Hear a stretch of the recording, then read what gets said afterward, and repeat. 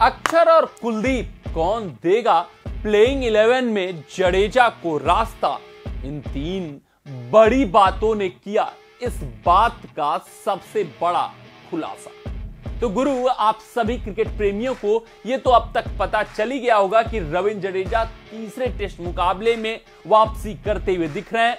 और इस बात की पुष्टि हम नहीं कर रहे हैं, बल्कि उनके ही टीममेट कुलदीप यादव ने एक प्रेस वार्ता के दौरान कहा कि रविंद्र जडेजा काफी सहज दिख रहे हैं, अपना रूटीन कार्य करते हुए दिख रहे हैं और उनका लगभग तीसरा टेस्ट मुकाबला खेलना तय है। जिसके बाद क्रिकेट गलियारों में जो सबसे बड़ी चर्चा इस वक्त की बन बैठी है वो ये है कि कौन बनाएगा रविंद्र जडेजा के लिए प्लेइंग 11 में रास्ता।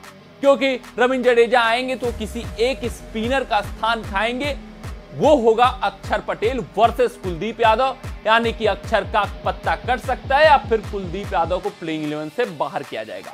और अपने इस रिपोर्ट में हम उन तीन कारणों पर नजर डालने वाले हैं जिसके जरिए इस बात की पुष्टि हो जाएगी कि भैया प्लेइंग 11 में जडेजा किसका स्थान खाने वाले हैं, यानी कि वो कौन सा खिलाड़ी होगा जो जडेजा के लिए स्थान बनाने वाला है, रास्ता साफ करने वाला है। आप इस वीडियो में बने रहिए, अंत तक आपको समझ में आ जाएगा। लेकिन उससे पहले कमेंट सेक्शन में आप आगे वीडियो देखने से पहले अपना राय जरूर दाग दीजिएगा कि भैया आपके हिसाब से, आपके दिमाग के हिसाब से कि कौन जडेजा का स्थान बनाएगा प्लेइंग 11 में तीसरे मुकाबले। तो आइए उन तीन कारणों पे नजर डाल लेते हैं जिसके जरिए हमें यह पता चलने वाला है कि तीसरे टेस्ट मुकाबले में कौन सा वो खिलाड़ी होने वाला है जो जडेजा का रास्ता प्लेइंग 11 में बनाने वाला है। अगर हम बात करें सबसे पहले कारण की, तो भैया राहुल के बाहर जाने के बाद भारतीय टीम की जो वो मिडिल ऑर्डर की बल्लेबाजी वो बेहद ही कमजोर हो गई है। अगर हम बात करें एक संभावित 11 की, तो यहां पर मिडिल ऑर्डर में आपको दिखने को मिलेंगे शुभमन गिल, डेब्यूटेंट सरफराज खान, रजत पाटीदार, उसके बाद डेब्यूटेंट ध्रुव जोरेल, जिसके कारण आप देख सकते हैं यहां पर जो प्योर बल्लेबाज जिसको कहते हैं वो काफी ही अनुभवहीन है।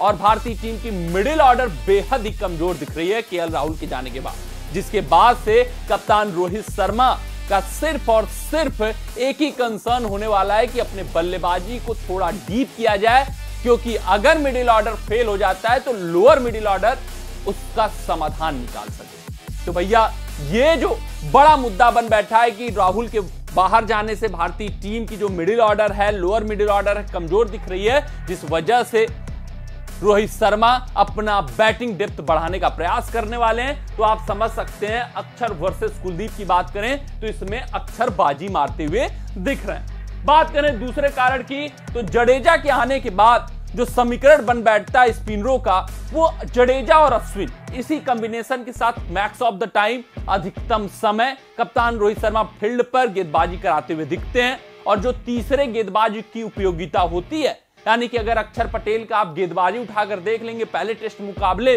में तो वो ना के बराबर थी। उससे पहले के भी मुकाबले में आप अक्षर पटेल की गेंदबाजी उठाएंगे जब भी जडेजा और अश्विन के साथ वो खेले तो बहुत ही कम गेंदबाजी करते हुए नजर आते हैं, यानी कि तीसरे गेंदबाज की उपयोगिता ना के बराबर हो जाती है। तो जिस वजह से यहां पर हम एक थोड़ा सा unskilled in the sense Kuldeep versus अक्षर की बात करें, इनमें बेहतर गेंदबाज भैया स्पिन के तो कुलदीप हैं, लेकिन जब उपयोगिता ही तीसरे गेंदबाज की कम है तो हम बल्लेबाजी को प्राथमिकता देंगे, गेंदबाजी को कम, जिस वजह से अक्षर फिर से बाजी मार ले जाएंगे कुलदीप के ऊपर कि भैया हमें तीसरा गेंदबाज ऐसा चाहिए जो ज्यादा अच्छी बल्लेबाजी कर सके, कम गेंदबाजी, क्योंकि हम जब अश्विन और जडेजा उपयोग आ जाएंगे साथ में तो हमारे पास तीसरे गेंदबाज की उपयोगिता उतनी खास नहीं रहती है।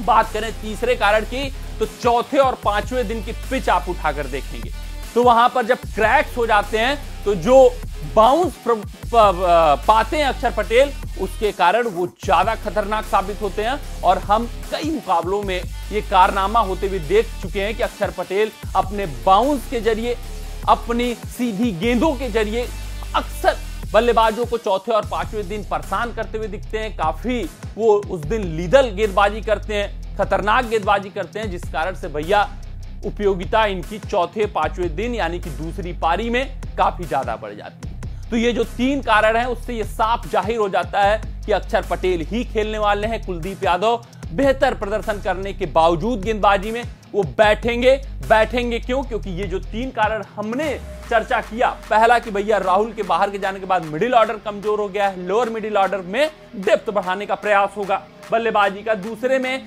जडेजा अश्विन अक्सर गेंदबाजी करेंगे तो तीसरे गेंदबाज की उपयोगिता कम हो जाती है, तो वहां पर अगर हम एक ऐसे खिलाड़ी को खिलाने जिसकी बल्लेबाजी की उपयोगिता ज्यादा हो, गेंदबाजी की कम, तो हमारा काम ज्यादा चल जाएगा। तीसरे में चौथे पांचवें दिन असरदार भी साबित हो सकते हैं अक्षर पटेल। तो ये जो 3 बड़ी बातें, इससे ये साफ जाहिर होता है कि भारतीय टीम के प्लेइंग 11 में अक्षर पटेल ही होंगे। जडेजा की वापसी के बाद कुलदीप यादव को बाहर बैठना होगा शानदार जानदार प्रदर्शन करने के बाद भी। तो ये पूरा भारतीय टीम का एक संभावित 11 है। कमेंट सेक्शन में आप भी कमेंट दाग दीजिएगा कि आपके हिसाब से कौन प्लेइंग 11 में खेलना चाहिए, वो अक्षर पटेल हैं या फिर कुलदीप यादव जब जडेजा वापसी करेंगे।